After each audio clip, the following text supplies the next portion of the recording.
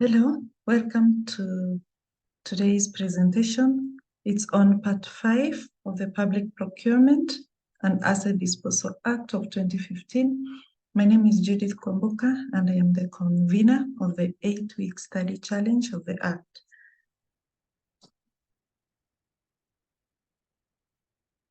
So part 5 of the Act, it's on internal organization of the procuring entity. And part 5 runs from section 44 all the way to section 52. Section 44 talks about the responsibilities of the accounting officer. So if you go to your Act, section 44, it's quite lengthy. You will be able to find a list of the responsibilities of the accounting officer. One of them is to ensure that procurements of goods, works, and services of the public entity are within the approved budget. The next one is to constitute all procurement and asset disposal committees within a procuring entity in accordance with the Act. So if you go to section 44, go through that list, you'll be able to have a glimpse of what is the role of the accounting officer in the procurement process. If we go to section 45, section 45 talks about segregation of responsibilities when it comes to making corporate decisions in regards to procurement. So for purposes of ensuring that the accounting officer makes decisions that are systematic and that are structured, he or she shall establish systems and procedures to facilitate decision-making in procurement. The procedures required shall be consistent with the Act and regulations. They should ensure that all procurements or procurement processes are within the approved budget, are undertaken by the procuring entity as per the threshold matrix, and that there is strict adherence of Article 227 of the Constitution. So all that you can get under section 45. Subsection 3, 4, and 5 gives you further details on the responsibilities, on the segregation of responsibilities to ensure that the process is systematic and that the decisions being made are in accordance to the Act and any other laws or acts that guide procurement. So then we go to section 46. Under section 46, we are guided on how an evaluation committee should be composed, should be appointed, and what their roles are. So just for your noting, the internal organization, we have talked about the accounting officer. Now we are talking about the evaluation committee. So the accounting officer shall ensure that an ad hoc evaluation committee has been appointed to carry out evaluation of the said procurement. These are mainly people from within the organization, but in a scenario where you need technical expertise, which is not within the institution, you may seek through, of course, your accounting officer, not you as the procurement person calling someone who you know and inviting them to come and do an evaluation. There's a process. Your accounting officer writes to the other accounting officer requesting for technical expertise to come and join the evaluation exercise. So just for noting, the evaluation committees are ad hoc, they're not standing committees. If by any chance in your institution there is a standing committee doing evaluations, that's illegal. It should be ad hoc, and members should be changed based on what you're evaluating. Do they have the know-how of whatever that is going to be evaluated, what kind of skill is required in that evaluation, then you assess that and you propose to, as a procurement person, you propose to the accounting officer, the people who you think can be able to do that assignment. Then we've been given subsection 4 of section 46. It gives us the role of the evaluation committee. They are to deal with technical and financial aspects of the procurement. So they are to evaluate both the technical and financial aspects of the procurement, as well as the negotiation of the process, including evaluation of bids, proposals for pre-qualification, registration lists, expression of interest, and any other roles assigned to them. They should consist between 3 to 5 members appointed on a rotational basis, comprising heads of user departments and 2 other departments or their representatives where necessary. Procured consultants or professionals who shall advise the evaluation of the tender documents and give a recommendation on the same to the committee within a reasonable time can also be co-opted into the evaluation committee. The evaluation committee shall have a secretary who is the person in charge of procurement. That's the way it used to be previously, but now with the revisions, let me just refer to something. With the revisions now, the head of procurement will nominate, is allowed to nominate a representative. I just want to read it to you the way it is from the Act.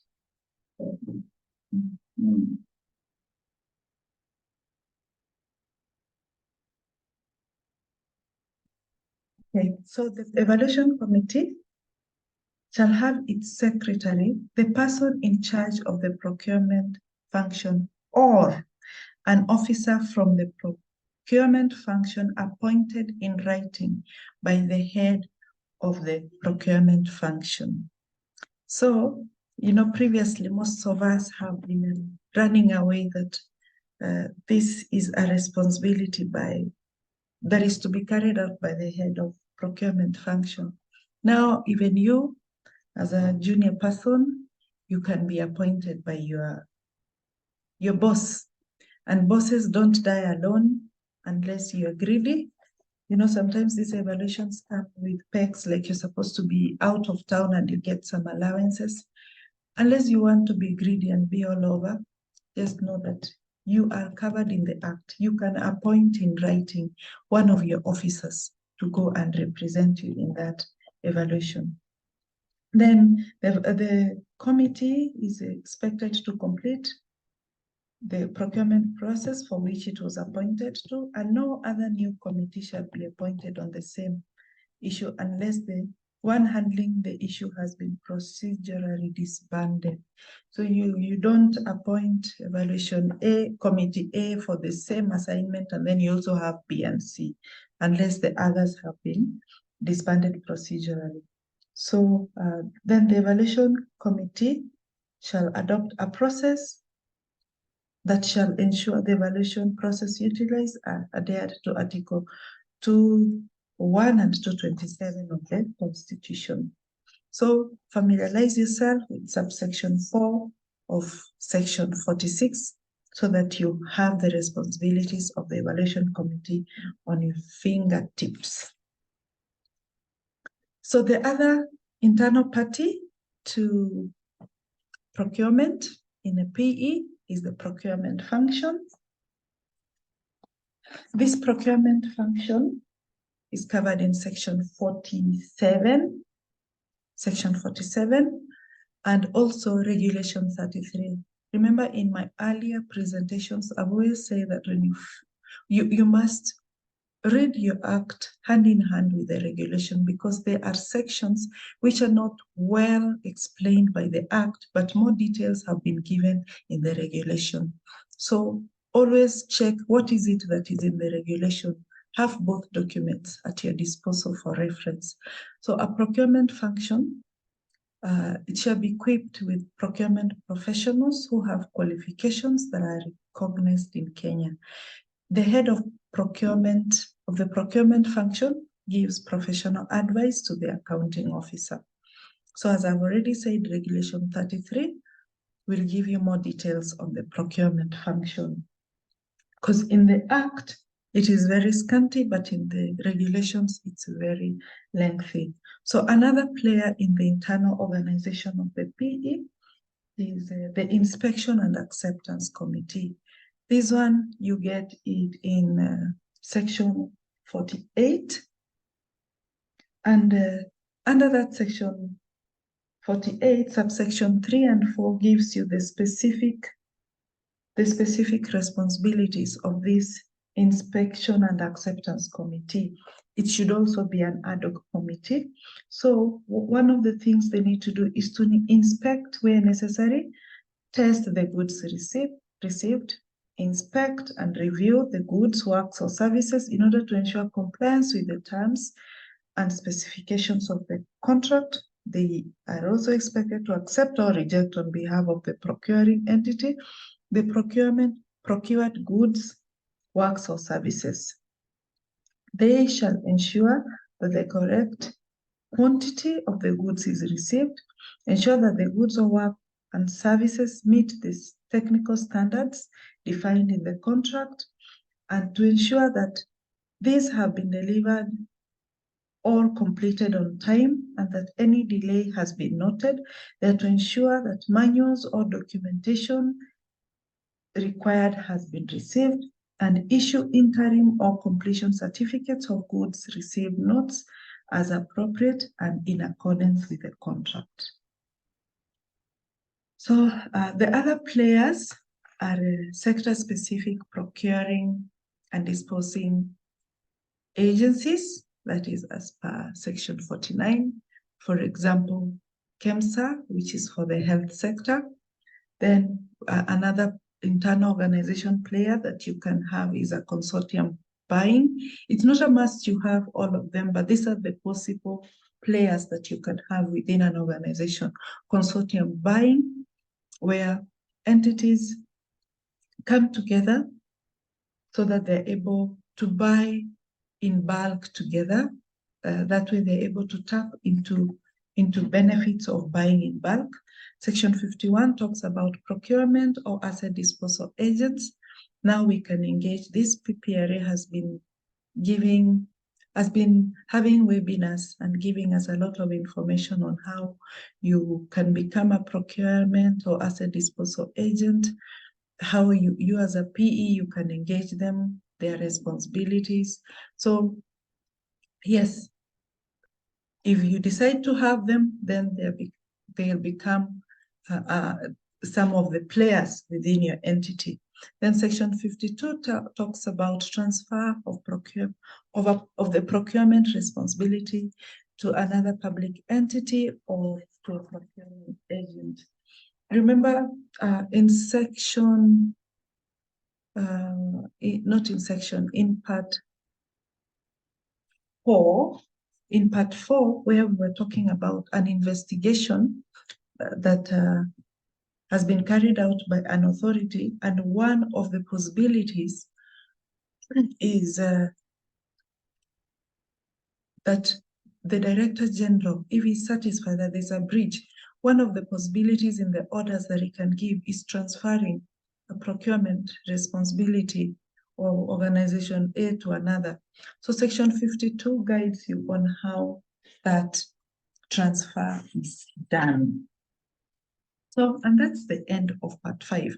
But in a nutshell, internal organization of a PE, which is in part 5, it talks about the roles of the accounting officer. It talks about the role of the evaluation committee, the role of the procurement function, the role of the inspection and receiving inspection and acceptance committee. It talks about sector-specific procuring and disposal agents. It talks about procurement and asset disposal agents. It talks about consortium buying and transfer of the procurement responsibility to another entity.